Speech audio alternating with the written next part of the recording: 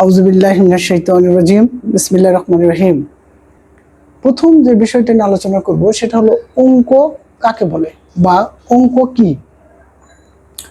অঙ্ক মূলত যে সংখ্যা আমরা লিখি, এই সংখ্যা লেখার জন্য যে প্রতীকগুলো ব্যবহৃত হয় সেই প্রতীকগুলোকে আমরা বলি অঙ্ক। তাহলে সংখ্যা লেখার যে সাংকেতিক চিহ্নগুলো বা প্রতীকগুলো সেগুলি হলো অঙ্ক। এই অঙ্ক কত প্রকার? অঙ্ক মূলত দুই প্রকার।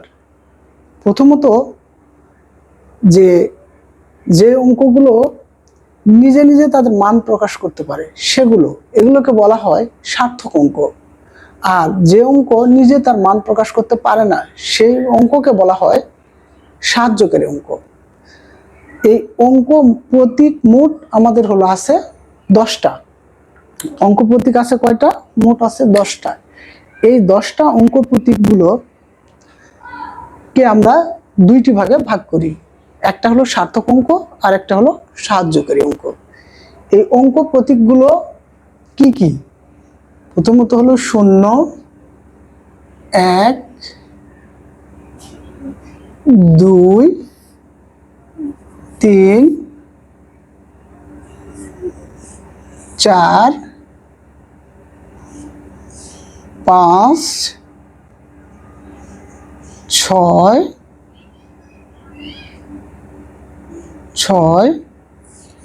7, 8, 9, এই হলো 10টা। 1, 2, 0, 1, 2, 3, 4, 5, 6, 7, 8 এবং 9। এই যে 10টা অঙ্ক, এই 10টা অঙ্ককে আবার বলা হয় সংখ্যার প্রতীক। এই 10টা অঙ্ককে আমরা দুই ভাগে ভাগ করছি। একটা কি? সাহায্যকারী অঙ্ক। সাহায্যকারী অঙ্ক। আর একটা হলো এই 9টা হলো সার্থক অঙ্ক। এই 9টা হলো কি আমাদের? এই সার্থক অঙ্ক। সার্থক অঙ্ক। তাহলে অঙ্ক দুই প্রকার। একটা হলো দুই প্রকার, তাহলে কি? সাহায্যকারী অঙ্ক এবং সার্থক অঙ্ক। সাহায্যকারী অঙ্ক 0 এবং বাকি যে 9টি সেটা হলো সার্থক অঙ্ক। তাহলে যে অঙ্কগুলো নিজে নিজে তাদের মান প্রকাশ করতে পারে, এই অঙ্কগুলো নিজে নিজে এই 9টা অঙ্ক মান প্রকাশ করতে পারে, তাই এরা সার্থক অঙ্ক। আর 0 এই সার্থক অঙ্কের সাহায্য ছাড়া যেহেতু কোনো মান প্রকাশ করতে পারে না, তাই 0 হলো সাহায্যকারী অঙ্ক। এখন এই কয়টা অঙ্ক লেখার জন্য আমাদের কিছু বিশেষ সতর্কতা অবলম্বন করতে হয়, যা খুব খেয়াল করে এটা আমাদেরকে দেখা এবং জানা প্রয়োজন বলে আমি মনে করি। সেটা কিভাবে? দেখে 0, 0, আচ্ছা, এরপরে 1।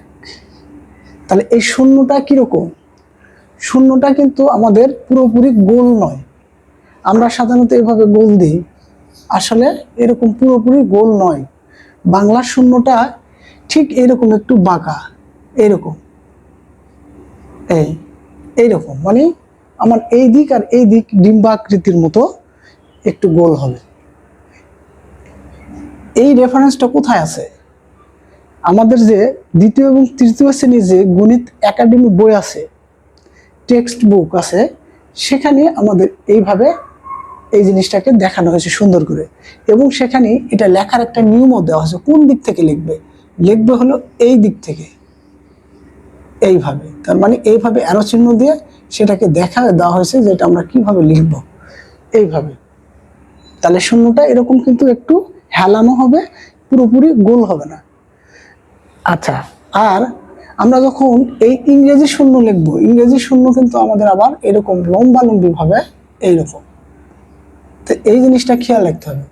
তাহলে 0টা আমরা যখন শুরুতে লিখবো বা আমাদের বাচ্চাদেরকে প্র্যাকটিস করাবো, তখন এটা যেন একদম পুরোপুরি গোল না হয় সেদিকে খেয়াল রাখতে হবে।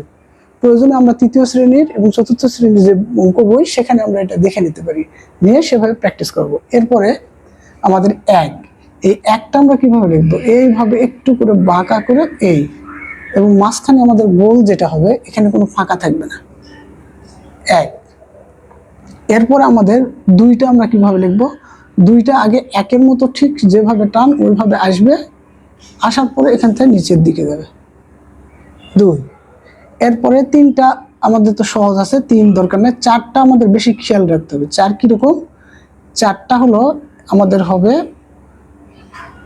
এই চার।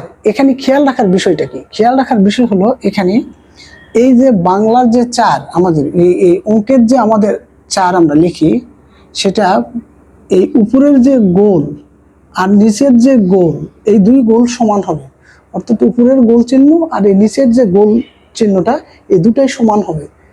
আর ইংরেজির ক্ষেত্রে কিন্তু আবার উপরেরটা ছোট হবে কিন্তু নিচের গোলটা বড় হবে।